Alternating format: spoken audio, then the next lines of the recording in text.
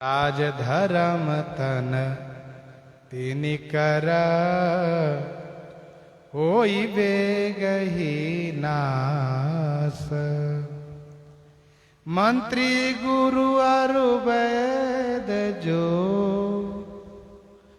मंत्री गुरु और वैद्य भय की आशा से यदि प्रिय बोलते हैं, ठकुर सुहाती करते हैं, मुंह देखी बात करते हैं, तो राज धर्म तन इन तीनों का बेगी माने शीघ्र नाश हो जाता है।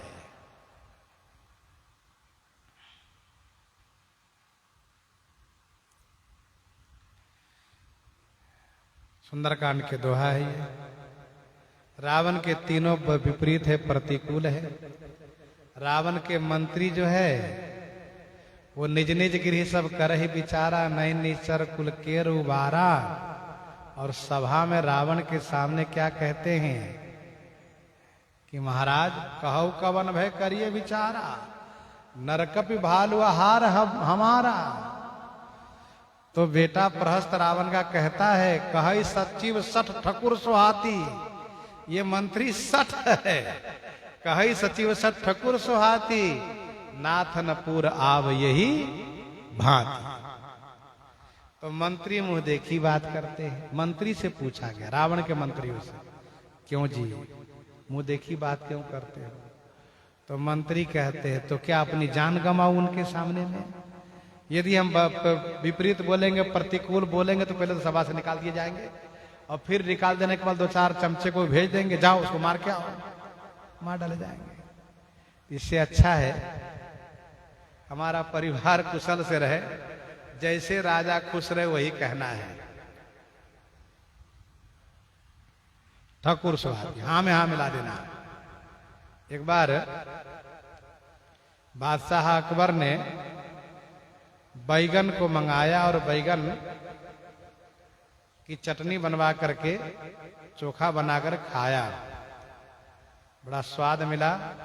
कहा बीरबल, बैगन में तो भाई बड़ा स्वाद है, बहुत सुंदर है। तो बीरबल ने कहा, हुजूर इसीलिए खुदा ने उसको टोपी दे रखा है, नहीं देखते हैं आप, इसलिए उसको टोपी दे रखा है खुदा ने। बैगन तो बैगन है। दूसरे दिन बैगन का दोष बादशाह में प्रकट हुआ, उसको थोड़ी सर्दी सी हो गई, नुकसान किया। तो कहा बीरबल, बैगन ठीक नहीं है। तो बीरबल ने कहा, हुजूर इसलिए उसने उसका नाम खुदा ने रखा बैगन, बिना गुण का है वो, उसमें कोई गुण है ही नहीं। तो बादशाह ने कहा, कल तो तू बड़ाई कर रहा था, आज बुराई करते हो। तो बीरबल ने कहा, हुजूर हम आपके सेवक हैं, बैगन के नहीं। आप जिस दिशा को चलेंगे हम उसी दिशा को समर्थन करेंगे।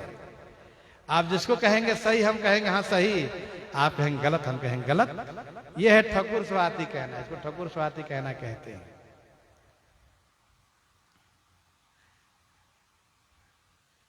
रावण के गुरुजी कौन है? कहा श्री शंकर जी गुरुजी हैं।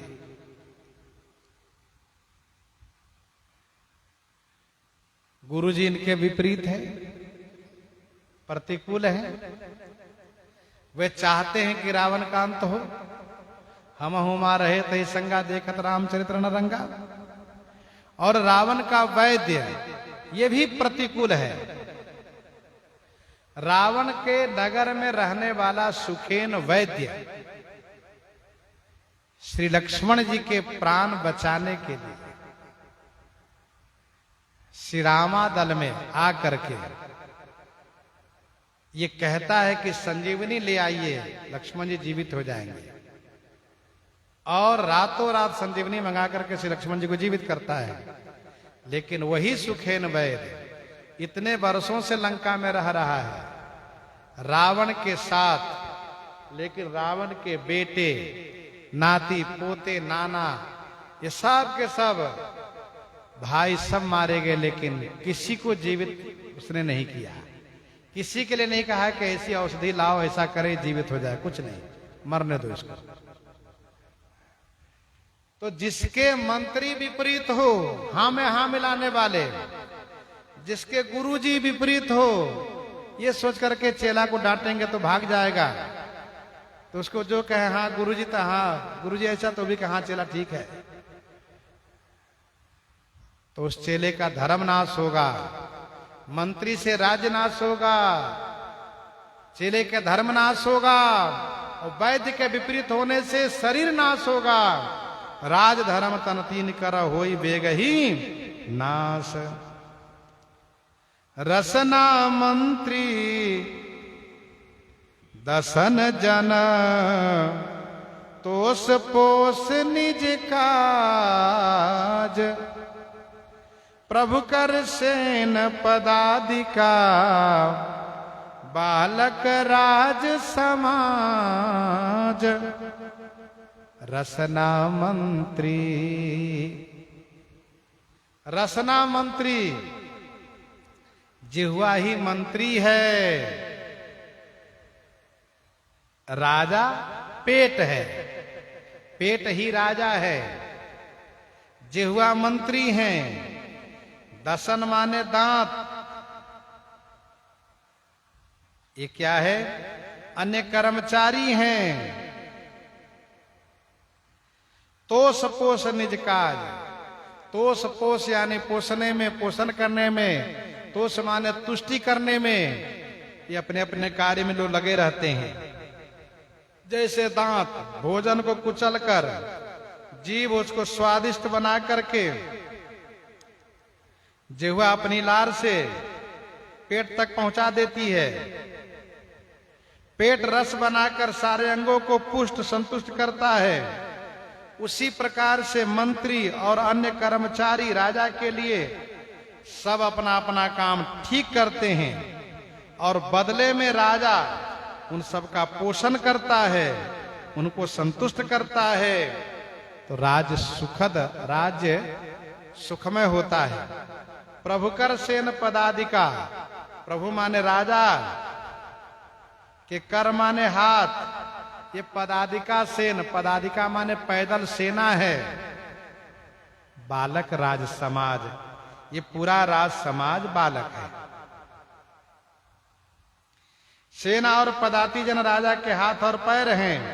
जैसे हाथ पैर पेट की रक्षा करते हैं और पेट हाथ पैर को पालन पोषण करता है, उसी प्रकार से सेना पदाति राजा की रक्षा करते हैं, राजा उनका पालन पोषण करता है। फिर राजा माता पिता के समान है और सारा राज समाज बालक के समान है। जैसे माता पिता बालक का भरण पोषण करते, वैसे राजा प्रजा को भरण पोषण करना चाहिए।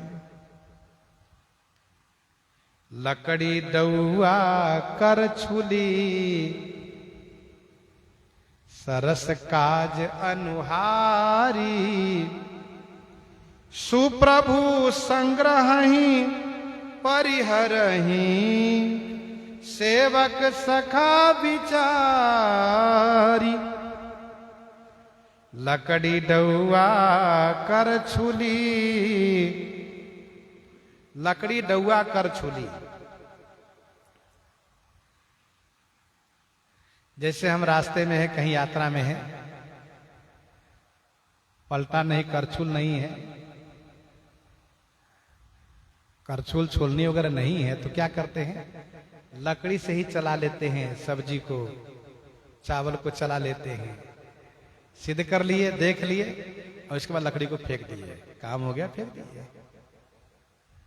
और डौआ, डौआ कहते हैं काठ के चमचा को, जिससे हलवाई चाशनी बनाते हैं, बतासा बनाते हैं, डौआ। और कर छुली जैसे स्टील के हैं, लोहे के हैं, तांबे के हैं, ये कर छुली पीतल के हैं, ये कर छुली। सरस काज अनुहारी, काज के अनुसार सरस है, सरस काज के अनुसार। सुप्रभु संग्रह ही परिहरही, सुंदर प्रभु जो सुंदर राजा होते वैसे ही संग्रह करते हैं और छोड़ देते हैं। किसको किसको? सेवक सखा विचारी, सेवक को और सखा को विचार पूर्वक। जैसे हम लोग सरस काम के लिए लकड़ी लिए, काम किए, फेंक दिए।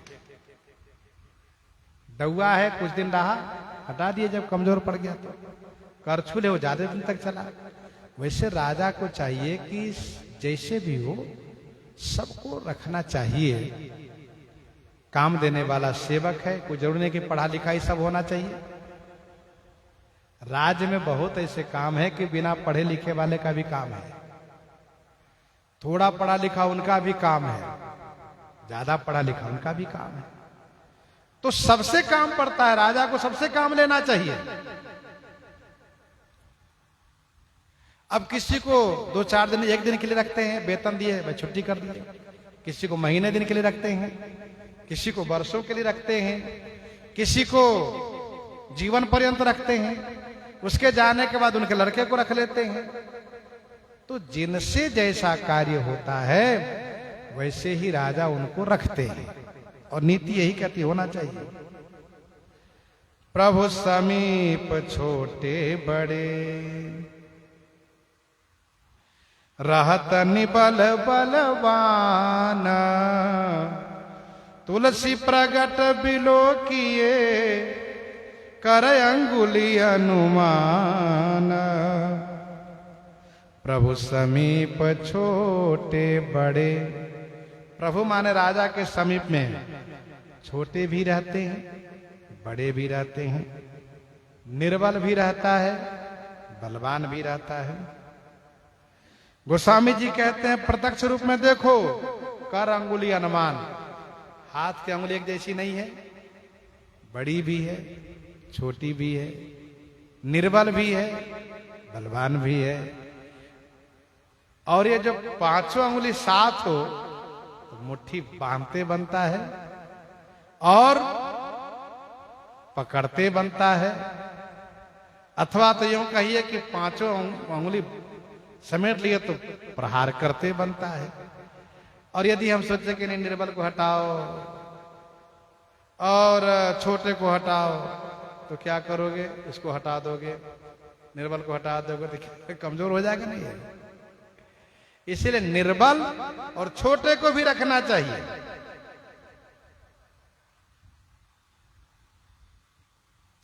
बराबर नहीं 5 अंगुल, छोटे बड़े हैं, लेकिन रखा है, सबको साथ रखा जाता है। ये शिक्षा है, इन अंगुलियों से शिक्षा है। निर्बल को भी रखो, बलवान को भी रखो, छोटे को भी रखो, बड़े को भी रखो।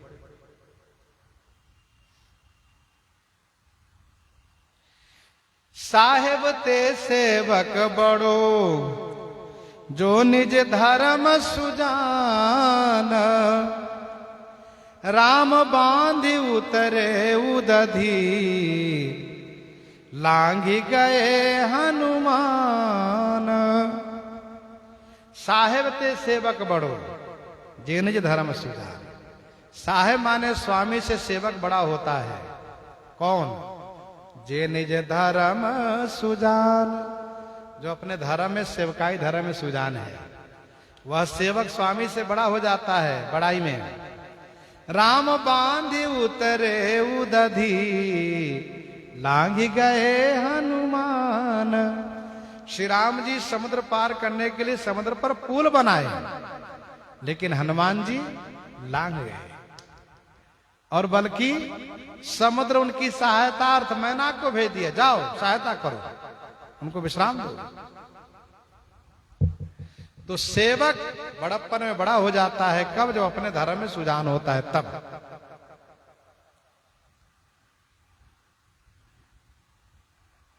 तुलसी भल पर तरु बढ़त, गोस्वामी जी कहते हैं बट का वृक्ष जो होता है, बरगद, ये अच्छा है, अच्छा बढ़ता है। निज मूल ही अनुकूल, जड़ के अनुकूल ही बढ़ता है बरगद। बरगद बढ़ता है, कुछ पेड़ एकदम से बढ़ जाता है, जड़ मजबूत होता ही नहीं है, हवा आई गिर गया टूट गया वो। लेकिन बरगद अपने मूल के अनुसार ही फैलता है। और एक सबसे बड़ी विशेषता बरगद में क्या है? का सब ही भांति सब कह सुखद, दलनि फलनि बिनु फूल, सब प्रकार से, सभी भांति माने सब प्रकार से सबको सुख देता है बरगद। कैसे? अपने पत्ते से, अपने फल से, लेकिन बिना फूल के होता है। क्या मतलब इसका? इसका मतलब यह है कि बरगद फूलता नहीं है, वो अभिमान में नहीं भरता है। ये लोकोक्ति है। अच्छा बहुत फूल गए हो तुम, अभिमान हो गया तुम्हें। तो बरगद फूलता नहीं है। गोस्वामी जी कहते बरगद अपने मूल के अनुसार बढ़ता है, अपने पत्ते और फल से सेवा करता है, लेकिन ये फूलता नहीं है। फूलता नहीं के मतलब फूलकर तुम्बा नहीं होता, अभिमानी नहीं बन जाता है कि हम बहुत सेवा कर रहे हैं। तो वैसे ही कर्तव्य सब करो, परंतु अभिमान न होने पाए, ये ध्यान रखना चाहिए। अभिमान नहीं होना चाहिए, यानी फूलना नहीं चाहिए अभिमान में। तो गोस्वामी जी महाराज इस प्रकार से वर्णन कर रहे हैं। इन्हीं के साथ आज सीताराम सीताराम सीता राम सीताराम।